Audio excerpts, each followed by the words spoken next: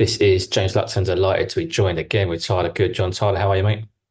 I'm doing very well, very well. It's a lovely day here in Naples, Florida.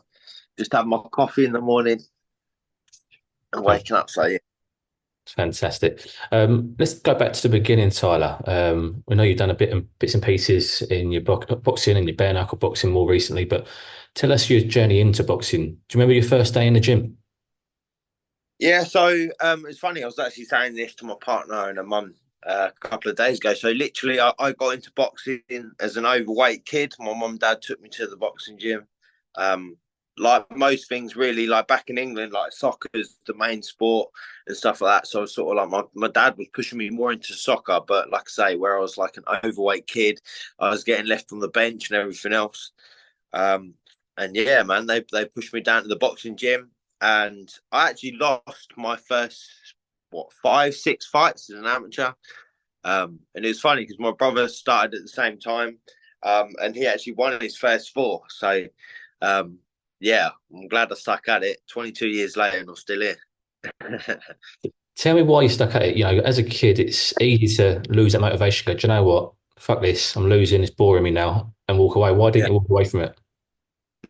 I don't know. I mean, just my life in general. I'm one of them people where I just don't like something to beat me. But I suppose as like a 10, 11-year-old, I had the benefit of not having my friends sort of rip the piss out of me as a 17, 18-year-old. Do you know what I mean? It'd probably be different. Like you lose six fights on the bounce, people be saying, yeah, maybe it's time to probably turn it in. But yeah, man, I just enjoyed it as a kid, you know what, like 10, 11. And then, it was funny, like I say, the weight just dropped off me. The weight did drop off me. And that's when it all started to click. As a kid, I remember, like I say, my first probably, 15 fights being an overweight kid, just boxing kids who are like that much taller than me. And I was just getting my head boxed off. But as I say, as time went on, as I lost the weight and sort of, that puppy fat stage that you go through, and everything else. And then I made it to like the semi-finals of the Golden Gloves, and then the year later, I made it to the final, and then the year after that, I won it. Um, so yeah, I kept at it, man. You just got to keep at it.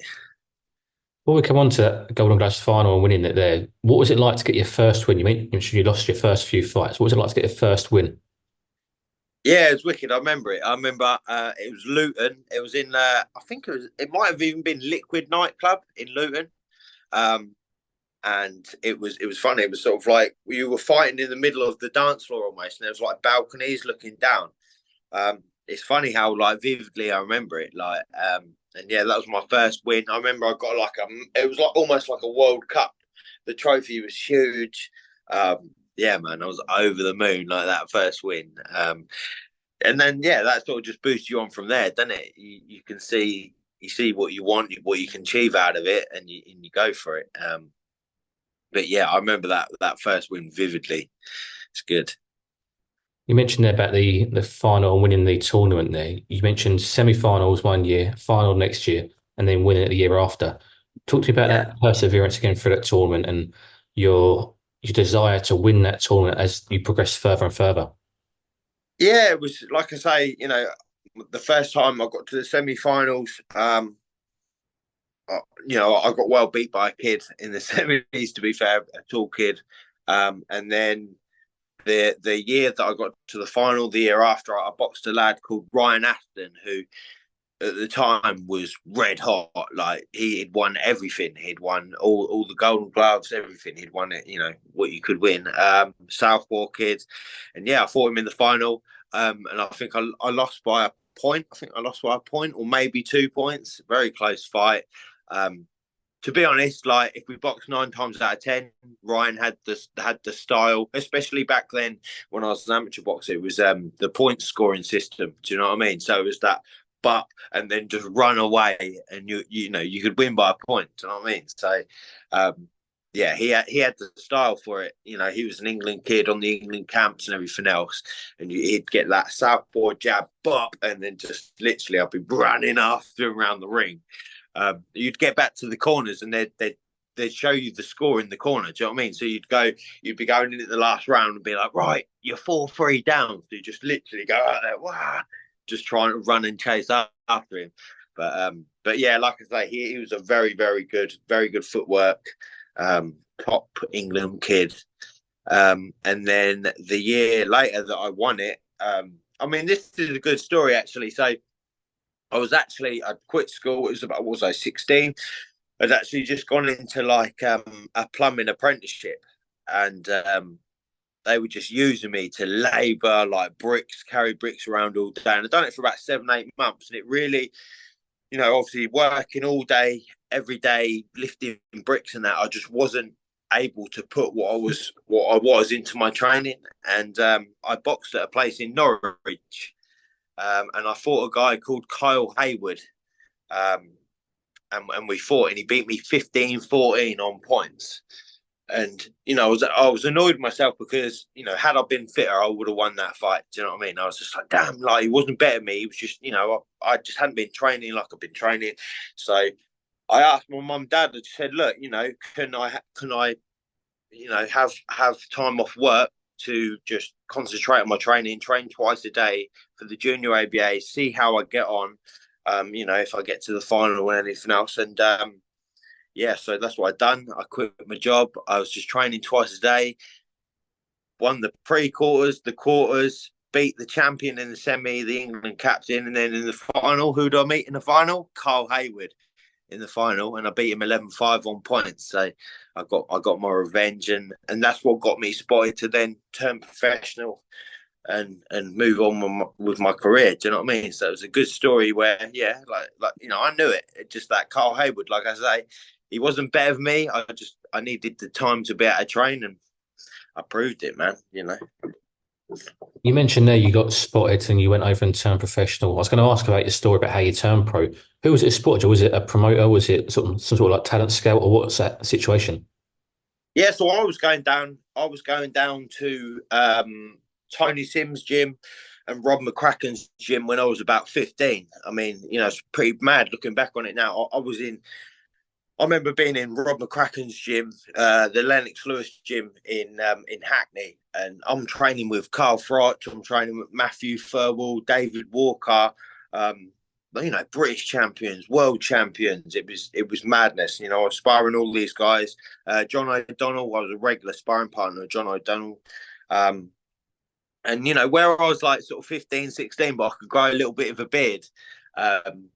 I don't think they really sort of knew how old I was, and I had some hard spars, man. And like they didn't hold back on me. Do you know what I mean? I remember sparring like Lee Purdy, like I say, Matthew Furwell, John O'Donnell, when they used to lick me up, mate. They didn't go easy on me. And I think more than anything, I think that's what probably they liked most about me. Do you know what I mean? There'd be times where I'd take a beating and I'll be back the next day. Do you know what I mean? I walk through that gym and they must be thinking, this kid's tough, man. Like he's back for more. Do you know what I mean? And yeah, like I say, in the end, I turned professional with under Tony Sims, who had Darren Barker at the time. Like I say, Lee Purdy, Daniel Cadman.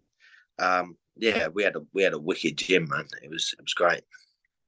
You mentioned some names I mentioned there. Darren Barker wants to be world champion. Carl Froch wants to be world champion. Lee Purdy, a good fighter.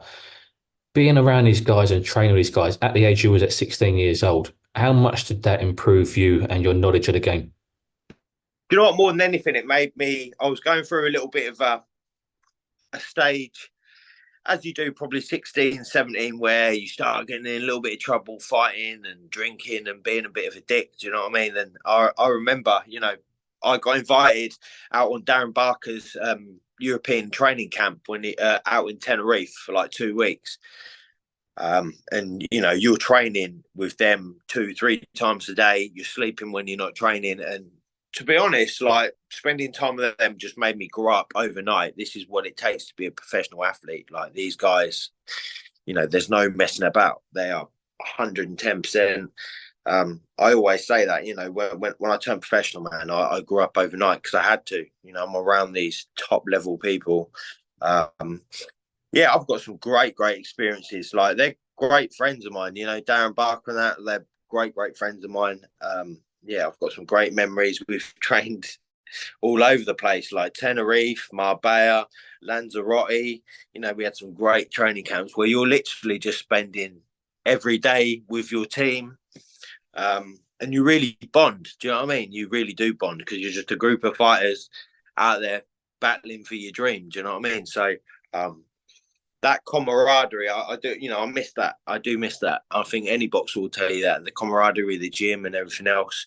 Like later on in the gym, when I was a professional boxer, we had Ricky Burns join the gym, Kevin Mitchell, who was a massive part of my career, and even my life now has helped me to get out to America, and things like that. So, yeah, man, it was a wealth of knowledge when it comes to boxing. John Ryder, I made my professional debut on, with John Ryder. He used to be in the gym with us as too. So, yeah, man, I've been about it, to be fair. You mentioned there about obviously going away to camps abroad, things like that, and it's train twice a day, sleep, rest, etc. The camaraderie, you mentioned you're all fighters chasing your dream, but it's also not a boys' holiday, but there's some downtime, some social time as well. There must be some funny stories you got as well from camps. Tell us one of Oh, them.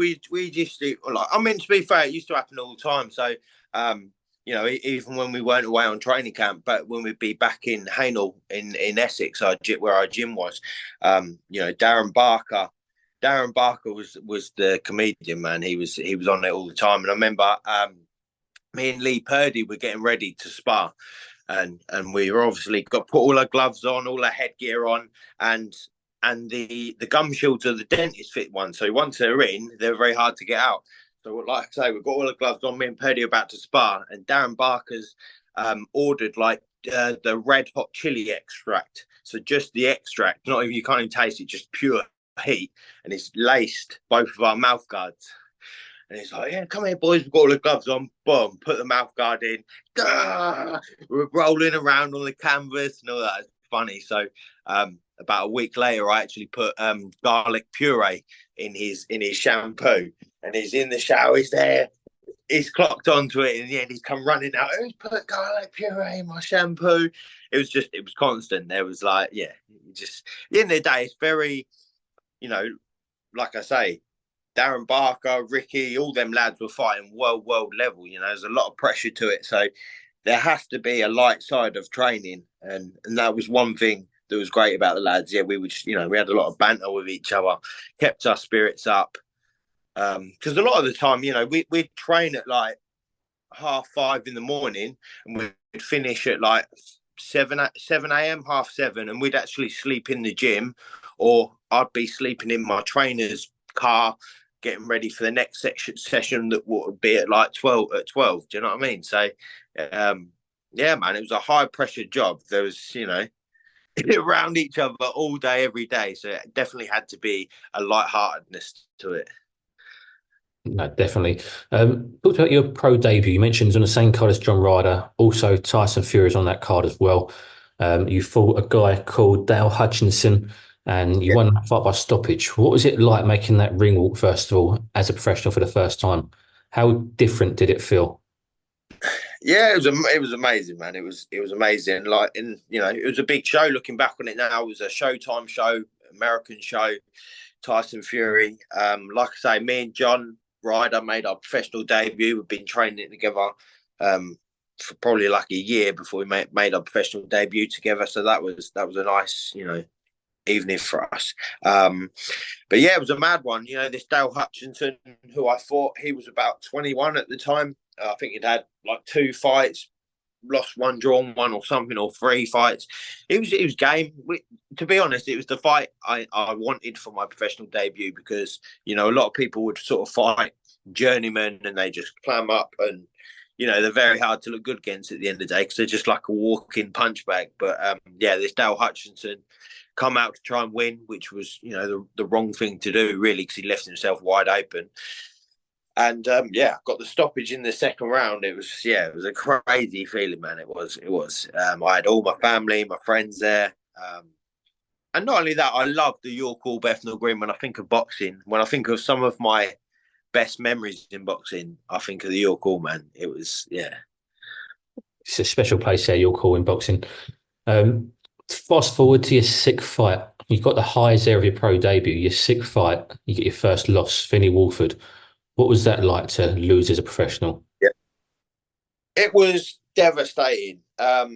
And do you know what? I mean, I was 20 years old. I'm not going to make excuses. I made a lot of a lot of problems with my diet, basically, more than anything. More, not so much eating the worst thing. I was just very obsessed. I was an obsessed kid. I wanted to please everyone, and I just overtrained myself, overtrained. I was so uber keen to, like I say, impress everyone, I suppose.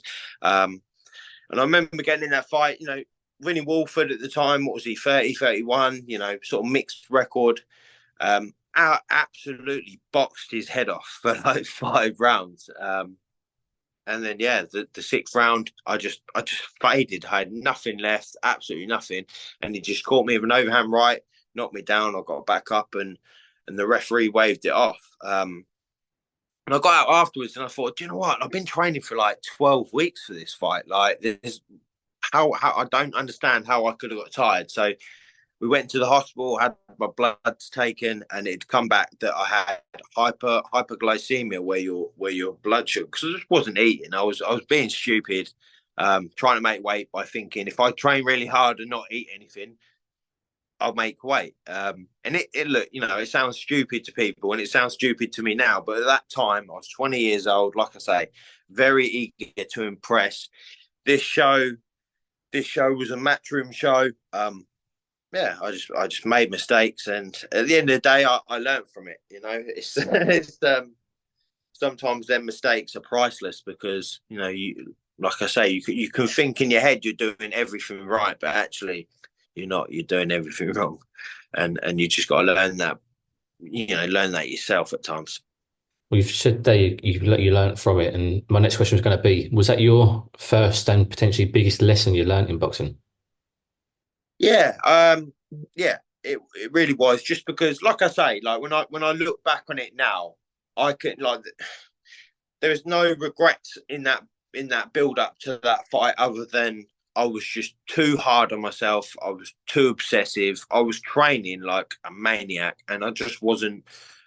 I wasn't recovering. I wasn't eating right. I wasn't doing that stuff. I was, like I say, in my head, if I don't eat and I train, I'm gonna lose weight and be on my way. It's a fight. I think any fighter will tell you, like, that at the end of the day, the scales are probably our biggest fight, and there's so many good and bad ways of making it.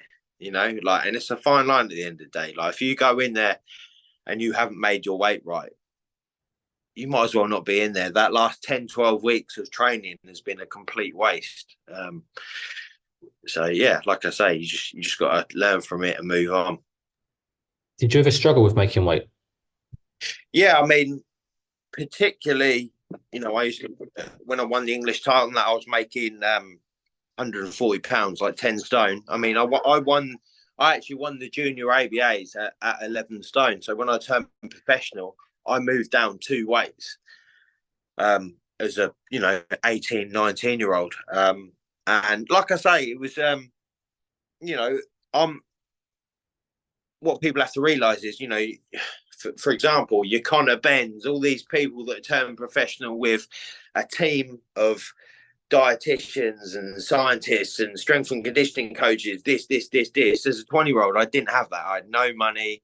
I was basically learning as I went along. Do you know what I mean? And like I say, I can remember the build up to that fight and everything. I can remember the week before the fight. I felt terrible, but I didn't know what I was doing to myself. So, like I say, I got beat, dusted myself off, and went, right, okay, this is where I went wrong with my diet. My training ethic. There's never been anything wrong with my training ethic, but you can't constantly keep training hard if you're not going to replenish your body and give your body what it needs. So yeah, I learned and moved on. So you mentioned that's your first sort of real lesson in boxing. Yeah. Throughout your career, it's been a real roller coaster, ups and downs, highs and lows, like most are. But I feel with some highs and some lows for you, probably more significant than others. Talk to me about the lessons you learned throughout boxing. I think. the most brutal lesson for me come two fights later. So I actually my career I fought a guy called Conor 3 times. I think I fought Danny in my fourth fight when I was like 19, and it was a very close fight. I mean, to be honest, if I was to hold my hand up, I would probably say that it was perhaps even a draw. I got the nod, but looking back on it, it was a hard fight. It was like a 6 rounder. And Danny taught me a lot in that fight because, like I say, I'd sort of had things my own way. Danny wasn't a journeyman. Danny was coming to win, and it was a hard fight. So, was it in my seventh or eighth fight? We obviously had the rematch, me and Danny, over 10 rounds for the British Masters title at your call. And yeah, man, it was a great fight. We went to 10 rounds. It was just constant, non-stop. Like I say, I remember great memories of the York Hall because where you got them balconies, I had my lot were one side, Danny's lot the other side. So the atmosphere was pumping. And then he got the nod by 1 round. And like me and Danny are really good friends now, really good friends. And I genuinely thought that I won that fight easier than I did the first fight. I thought the first one probably could have been a draw, like I say. So he got the nod, but like I say, so after that fight, I've been training with Tony Sims up until that point, and about 2 weeks after that fight, so what was I, 21? 2 weeks after that fight, got a phone call from Tony Sims saying, right, I don't think you're going to make it to championship level, so I'm going to release you from the gym. And at 21, I've been there since I've been like 16, so you think that's 5 years at the gym with all my best mates, Dan Barker, all these people that I've been spending all my days with for the last 5 years. And yeah, Tony was like, yeah, I don't think you're going to make it to championship level, and he released me. So that was a real that was a real lesson in my career. And then I literally just spent the next 6-7 months pretty much training myself. I got another shot at a British Masters title over 10 rounds, and I didn't have a trainer. And it's funny how things turn out. So Tony Sims messaged me and was like, "Oh, do you mind if you come down and do a little bit of sparring?" Obviously, I'm not part of that gym anymore. But he asked me, would I come down and spar one of his lads? And I needed the sparring because I'm obviously doing this fight on my own. And I went down there, I sparred, and at the time, Tony's brother, Peter, was in the gym. He just said, look, do you want me to do your water while you're in the corner? I was like, yeah, please, yeah.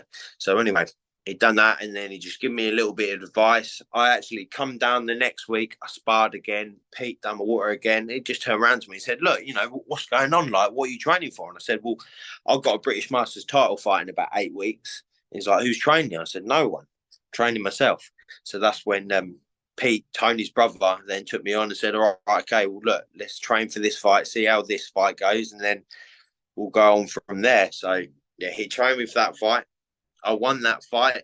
I won another 10-round title fight afterwards, and then that led me to the Danny Conor third fight, the rubber match. And then, obviously, me and Pete went on and won that, which was also an eliminator for the English title.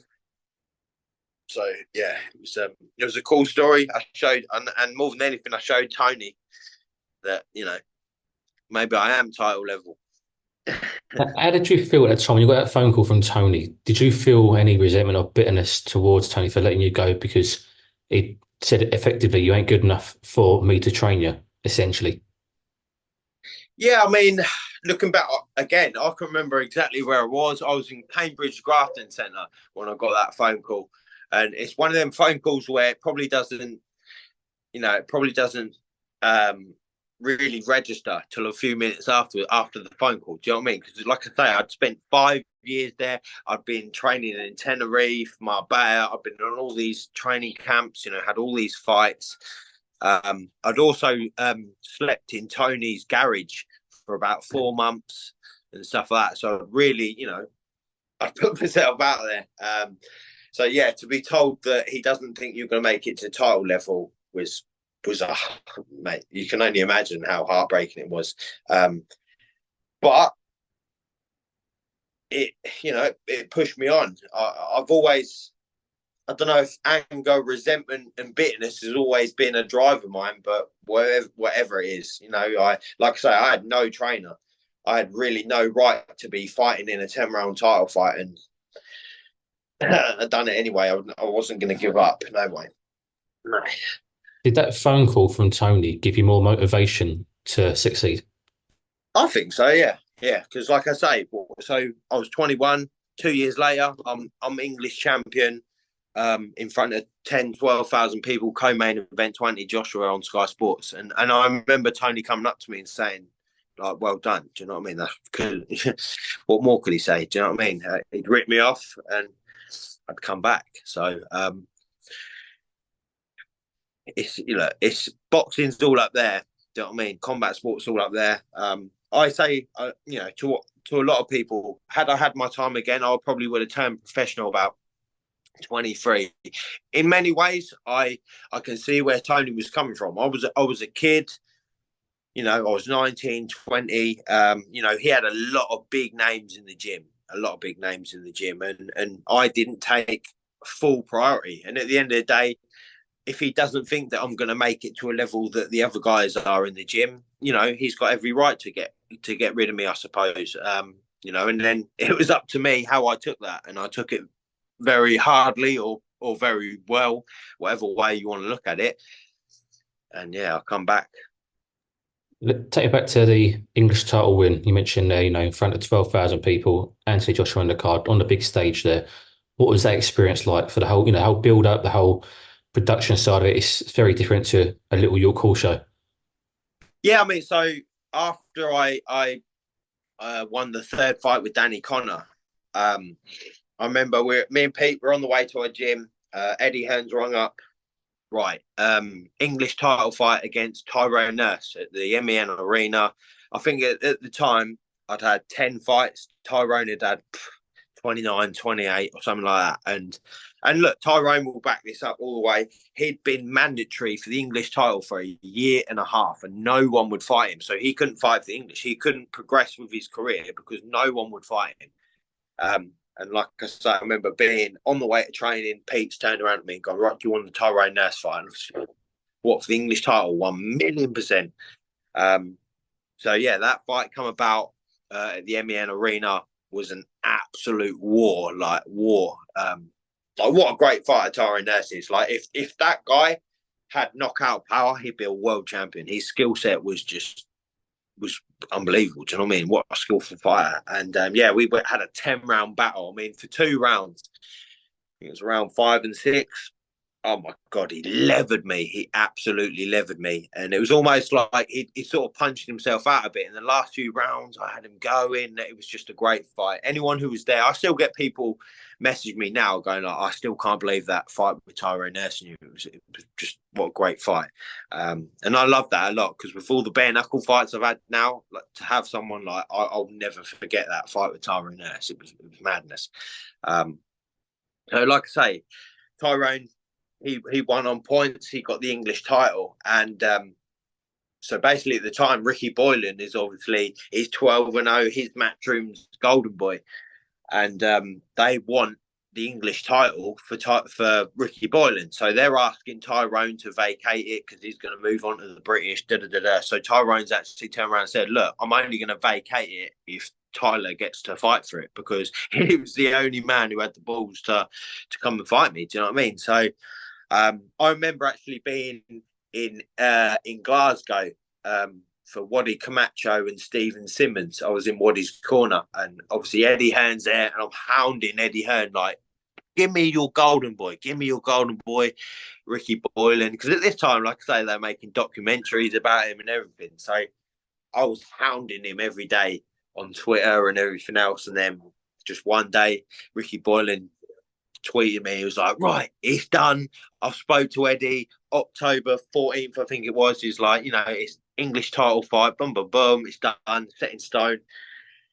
And then, it just went from there, really. And the show itself was unbelievable. Do you know what I mean? Because it was at the time of like when it was Anthony Joshua's first title fight, WBC International. So Obviously, the hype around Joshua at the time was massive. So, you know, the O2 arena was packed. And like I say, I was chief support to Anthony Joshua. So I was on about 9:30, 10 p.m.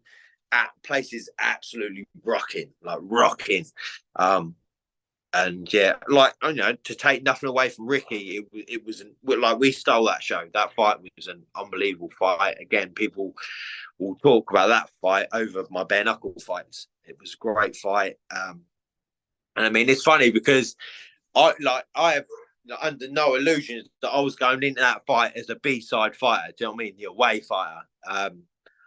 And you know, I knew I had to win well. And to be fair to myself, I boxed his head off for 10 rounds. And I remember getting to the decision.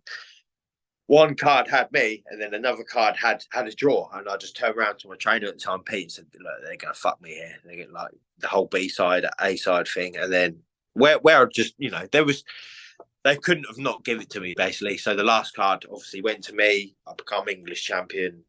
Yeah, man, it was cool. I tore the script up that night. It was great. Did you think you would get that shot, especially on an Eddie Hearn show after the Tyrone Nurse loss, and with what happened after the Tyrone Nurse fight and how you was treated? Do you know what I do? Because you know, I know people are like the thing with boxing. There's a lot made about being an unbeaten fighter and everything else. But you know, one thing about me that has been consistent through my career, right, as an amateur, I'm always in the best fights. Always. There's, you know, whether you think I'm the best boxer or not, I'm always in the best fights. I give it 110%. I'm not there to box and move and grab and nick a fight. I'm there to fight. So after the Tyrone Nurse fight, and obviously, like I say, the reaction that fight got, people were like, oh, wow, what a fight. So yeah, I thought, you know, it made sense that someone, because at the time I remember Ricky Boylan being at the MEN arena, and he actually come up to me after the Tyrone Nurse fight, and I was just thinking Tyrone Nurse will obliterate you. Do you know what I mean? You're ready for Tyrone Nurse. So in a way, like, you know, it was the fight that had to be made. Like, I'd obviously give Tyrone Nurse the hardest fight he'd had. Ricky Boylan wasn't ready for that step up for Nurse, so it was like a collision course with us two, really. So yeah, it was a great fight, man. It was a great fight. Like I say, the occasion, you know, and Anthony Joshua was actually training in our gym for what, a couple of years with Robert Cracken. Robert Cracken used to come and be in Tony Sims' gym and Peter's gym. So like Anthony Joshua was in there training day in, day out. I remember some of the sparring sessions and things like that. So yeah, you know, just to be part of all that, like I say, he was that stage of his career, Anthony Joshua. I mean, he's massive now, but that was the stage where everyone was like, it was just a hype train, wasn't it? Like everyone was going mad. So yeah, it was cool to be all like part of it, you know. No, absolutely. I want to fast forward to your last boxing match, and well, after that, the board stripping of your license. Yeah. Just talk to me a little bit about that and go into a bit of detail as to why they stripped your license, how long it was, and if you feel like you could ever get that back. Yeah, so you know, my last fight, I fought a guy called Adam Barker. I think he was like 4-0 at the time. It was a bit of a difficult time for me, really, because I'd just come off. I just fought Johnny Garton, and I lost on points to Johnny Garton. And I mean, Johnny Garton's a wicked fighter. He went on to win the British title, stopped Eddie Corcoran.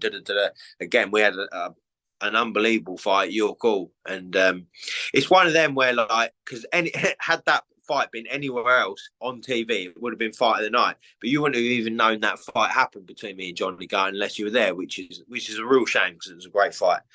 And like I say, sort of coming off the back of fighting someone as good as that at 26, I'd got to that point where I was like, do you know what? I can't easy. I don't want to say easy fights, but like lesser fights, I just couldn't get motivated for. Do you know what I mean? I just could not get motivated. I've been in, you know, I'd fought for the English title, what, 3 or 4 times, the WBC title. I've been in a lot of fights. Here you go. Oi, shush. Sorry, the dog. So yeah, it was very hard to get sort of motivated. So when this Adam Barker fight come up, I was like, all right, okay, he's an upcoming fighter, he's unbeaten. And to be fair, Adam can box. It was an 8 rounder. I come out of there, I won on points. And then it was a podcast. So I was just doing a podcast about sort of 5 months after the most recent fight, and I was telling the stories of how I obviously made 140 pounds, 10 stone. And the last time specifically, I had to do a lot of dehydrating, a lot of saunas, a lot of salt bath. I mean, look, it's part and parcel of the game, really. Everyone knows it goes on. But yeah, I spoke about it on a podcast. And then a week later, I had, a letter from the Boxing Board of Control. They'd highlighted all the things that I'd said that they'd picked up on. And they just said, look, they've revoked my license. I rung Dennis Skill Martin of the Southern Area Board, and I was just like, what's this all about? And he was like, right, look, if you want to try and get your license back, you've got to come in front of the board, bring a lawyer. And I just thought, do you know what? I've just given, at this point, I've been a professional boxer, like 7 years? Like, I've been in war after war. And I thought, do you know what? That's how disposable you are as a fighter. Do you know what I mean? That's that you can give your life for 7 years, all these title fights, the board are making their sanction fees and everything else. And then, I mean, they just made an example of me. I mean, unfortunately for me, between the time that I done the podcast and it come out, Scott Westgarth died in the English title fight. And I think the British Board of Control were just looking for an example to make of someone. And I was unfortunately that person. Do you feel when the board are looking to make an example of somebody, it's never the big name, the big ticket seller, the cash cow of a promoter? Yeah, I mean, like I was literally just about to say, I obviously wasn't making everyone enough money because, I wouldn't have had my license revoked. I mean, you've only got to look at all the nonsense that's going on with the Conor Benn situation right now. Like, if that had been anybody else, can you imagine? You know what I mean? Be honest, mate, it makes my blood boil. Again, this is another story coming from the Tyrone Nurse fight. This is something that will never leave me, never leave my mum and dad. So we've obviously had this complete and utter war with Tyrone Nurse for 10 rounds. The ringside doctors coming into the changing rooms. I've got pictures of my face still saved on my phone and everything now. Both my eyes were swollen over. I'd fractured my nose. I'd lumps all over my head, busted my hand, busted my rib. And the ringside doctor had come in and just said, look, you've got lumps on your head. You need to get straight to hospital. You need to be seen, like that. So my mum, my dad, me, we're trying to get a lift from Matchroom or the British Board, whoever looks after this, trying to get a lift to the hospital. And someone come in and said there's a taxi rank outside, and I kid you not, I've grabbed hold of my mum and dad by their shoulders like that, and they've walked me out of the MEN arena. As people are coming in, they've walked me out, and we flagged our own taxi down, and I spent the night in hospital. Do you know what I mean? Like I say, I've got all the pictures, all the evidence, and it makes me laugh because, like I say, 2 years later, the British Board of Control have took my license off me for using a sauna, but 2 years earlier, had I had a seizure and died outside the MEN arena, whose fault would that been? Do you know what I mean? I've just had a 10-round war, and you're happy for me and my mum to go and flag a taxi outside the venue, mate. Like I say, mate, it makes my blood boil because it's like when you're a matchroom fighter, you're put up in the hotels. You're driving to the venue. You've done this. You've done that. But mate, if you lose the fight, you're done. See you later. On to the next one. It's just a conveyor belt. They really don't give a fuck. And the British Board of Control don't give a fuck. They don't. Like I say, this whole Conor Benn thing that has just been dragging. It's like, yeah, it's ridiculous, and it's making the sport look fucking incompetent, and everything's just looking stupid. Conor's obviously fighting still. He's got a license out in America. So do you. you've got your license over there in America, and you're looking to get back into the glove boxing after your stint in bare knuckle. Talk to me about why you want to come back to glove boxing. Just a few reasons, really. Like I say, I think the biggest thing for me, obviously, all like with all the bare knuckle stuff that I've done, and all, I've always been sparring boxers and everything else in the build up to my bare knuckle. I'm 32 now, and I look back at my biggest fights as a professional boxer, and they come at like 21, 22, 23. I was a baby. I was a kid.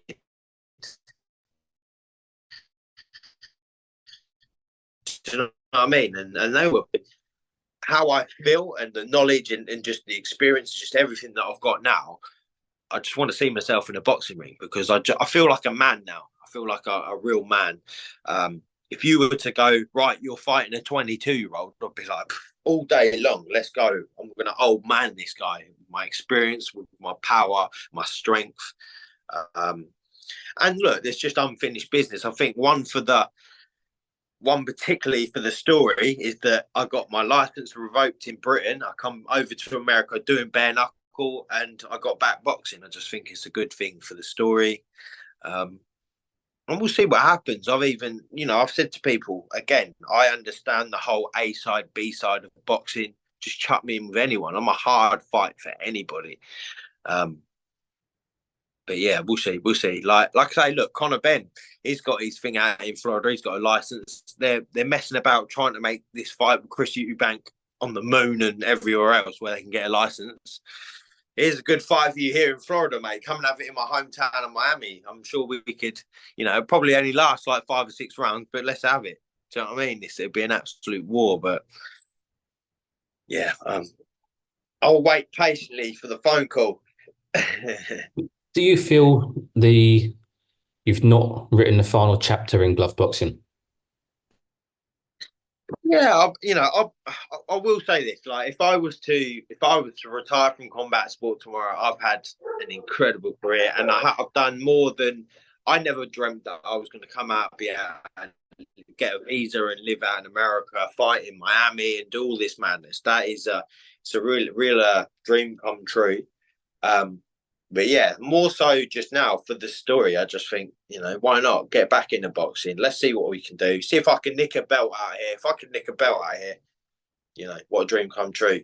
But yeah, for me, with the bare knuckle, I mean, a couple of things with bare knuckle. Obviously, I had that last fight, which I think most people agree. I performed really, really well in my last fight.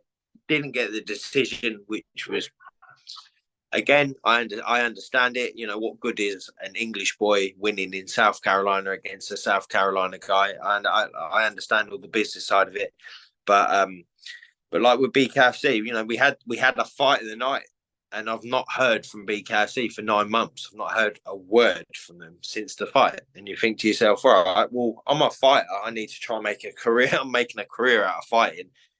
And I'm just being blackballed, mate. I'm being shelved by companies, and I'm fucking better than that, mate. I'm fucking better than that. I'm like I say, I'm in fight of the night every time I fight. So, yeah, any promotion that wants me to bless them with a fight of the night, hit me up. BKFC, your loss. So, with the bare knuckle, that's off the table now. But yeah, like I say, boxing, even all this like silly misfits boxing, these YouTubers and social media, if they want to get down and get serious, count me in. Is there anything you've learned from your bare knuckle, whether it be in training or in the ring fighting, that you could take into the boxing ring that you didn't have beforehand? Yeah, like that's what I keep saying to people. Like, if now going into a boxing match after getting hit with bare knuckles for the last 5, 6 years, I don't give a fuck.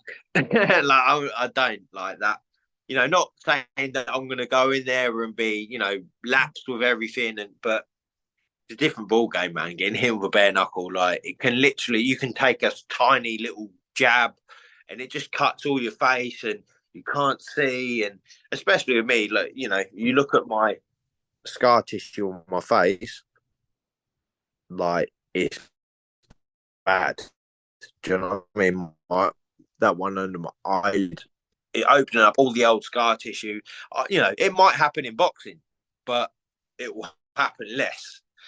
Um, and that for me, unfortunately, I've been boxing 22 years now. My face is carrying carrying the experience of it all. So, yeah, we'll see. We'll see if it's quite as bad with boxing gloves. Just finally, Todd, before I let you go, firstly, any final words for any boxing promoters? Yeah, just look, I've been sat here for 9 months after a fight of the night, and it really was probably one of the fights of the year in bare knuckle. I'm sat here. I haven't had a phone call, a message. I'm no good. I'm no good to anybody. Sat here doing nothing. I'm a entertainer. Put me in the ring, and I'll entertain you. So I've actually had Gromda bare knuckle.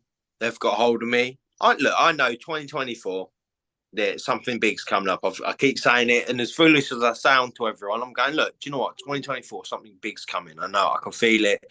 Um, no one's going to let me go to waste, man. I'm a very entertaining, skilled fighter. Um, and like I say, I feel like any promotion would do well to have me on their show. So I'm just going to sit back patient. I know my worth, and we'll see what happens. Any final words for potential opponents or Conor Benn? I mean, look, yeah, Conor Benn, like with all this nonsense going on with trying to make the Chris Eubank Jr. fight, the clock's ticking at the end of the day. He's just gone, over a year, wasting time going on Piers Morgan and about proving him. Look, Florida, come to Florida. We'll have it in Miami. You can keep active. I can keep active instead of just going online and talking nonsense, saying that you haven't done this, you haven't done that. Let's just get straight to it and have a fight here in Florida. Fucking about two Englishmen, both had their British boxing license taken away from us. One for taking steroids, the other for using a sauna. But yeah, it's a story, isn't it? And look, he was trained by Tony Sims. He's trained by Tony Sims. Me and Eddie Hearn have the maddest beef in the world. It writes itself, really. It does. And the last one, any final words for David Feldman at BKFC? Do you know what? I've sort of spent the last month getting mad about it and everything else. And do you know what the worst thing is? Like after my last fight, the fight of the night, and like me and David we were talking a lot, and I thought, do you know what? We've really turned a corner with our relationship a little bit. We were chatting, getting on, and stuff like that. And then, like I say, I haven't heard a thing from them for 8-9 months now. And instead of getting angry about it, mate, I know my worth, and like I say, if I'm going to bless you with a fight of the night, just treat me with basic levels of respect, man. Basic levels of respect, and when I talk about BKT, people are like, a lot of the fans, you're always whining, you're always saying this, you're always saying that, and it's literally comes down to basic levels of respect, man. Like if I go in there and I put my life on the line and I give you a fight of the night, like give me a message after 8 months. Do you know what I mean? It's just, yeah, I don't get it, mate. Well, I do get it. A lot of fighting today, especially bare knuckle, they're fighting for clout. They're fighting for clout, mate. Half of these people on BKFC are fighting for fucking peanuts, mate. Probably $1,000, 1,500. Do you know what I mean? But they're just in it for the clout. In it for the clout. Like I'm seeing, like I say, after the Soto fight, I haven't been offered a contract or seen or heard anything, right? But then I've seen guys who've been beaten in previous shows, been knocked out on previous shows, and they're being signed to full fight deals. And that's because they're ticket sellers in their state or, whatever. So all they're doing, just copying the exact same blueprint as boxing, just trying to get ticket sellers, trying to get like almost journeymen. And it's annoying because that's half the reason why I got into bare knuckle. That's why I was attracted to it, because the best fought the best. Do you know what I mean? It was a bit like UFC, like the best fought the best, But it's it's changing. It's changing dramatically, and like I say, it's just copying the exact same blueprint as boxing. They're even trying to do the whole social media bullshit. Like, let's just cut the shit and let's just get the most entertaining and the best fighters involved, shall we? But yeah, Dave Feldman's a businessman. He doesn't give a fuck about anybody. No fighter, that's for fucking damn sure. All he cares about is filling his greedy fucking pockets, and that's it. No Oh, different to a fucking promoter in the fight game. Like I say, I've been under Eddie Hearn. They're all the fucking same, mate. So you have to make the best of a bad deal, really. absolutely. But Tyler, I won't keep you no longer. I'll keep you for the best part of an hour. So thank you very much for your time and as always telling your story. Yeah, no, thank you. It's yeah, thank you for having me on, man. It's always whenever you want me on to come and talk, I'm there to talk, mate. Perfect. We'll talk again soon. Yeah, take care, self, bro. Nice one, Andrew, mate.